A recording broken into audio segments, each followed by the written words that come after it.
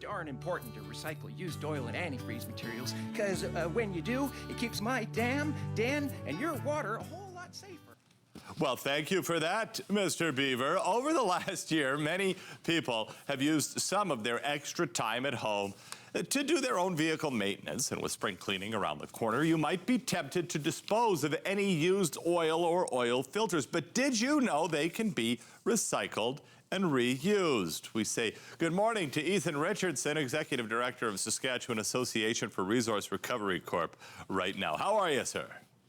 I'm doing very well. Thank you for having me this morning. Oh, our pleasure. I wish we could talk to the beaver, but what a cool little cartoon that was. Ethan, I want to start talking about this because I think a lot of people really had no clue about the potential to recycle and reuse used oil. What can we turn it into? Yeah, well, one of the great things about used oil is that it can be re-refined and reprocessed into new motor oil. So theoretically, you could use your motor oil infinitely over and over again in your car.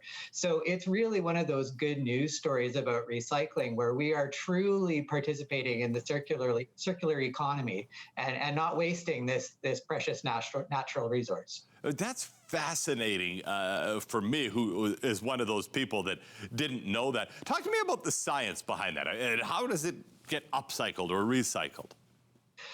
Well, really, from a scientific perspective, the hardest part is collecting that used oil. So making sure that those do-it-yourself mechanics and those other generators who are creating this or capturing this used oil, bring it together so that it can be bulked up. And then as soon as it's bulked up, it's a valuable resource. And, independent companies will come and process that oil just like they're pumping oil out of the ground. So, scientifically, it's no different than processing oil from an oil well. We just need to get those 5 to 10 liter chunks and kind of congregate them into a single tank.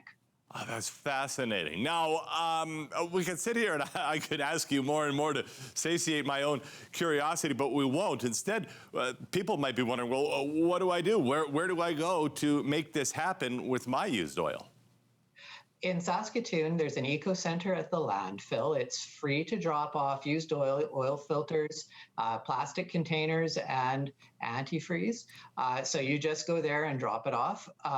There are 37 eco centers across the province. So if you're not in the Saskatoon area, just look up our website, usedoilrecyclingsk.com, and find the nearest one to you.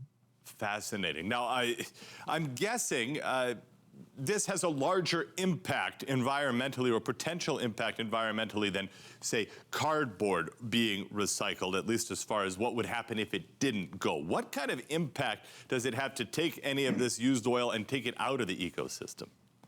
Well, one of the key things about used oil is that it is hazardous in the environment. It can pollute surface water, impact fish, impact our groundwater.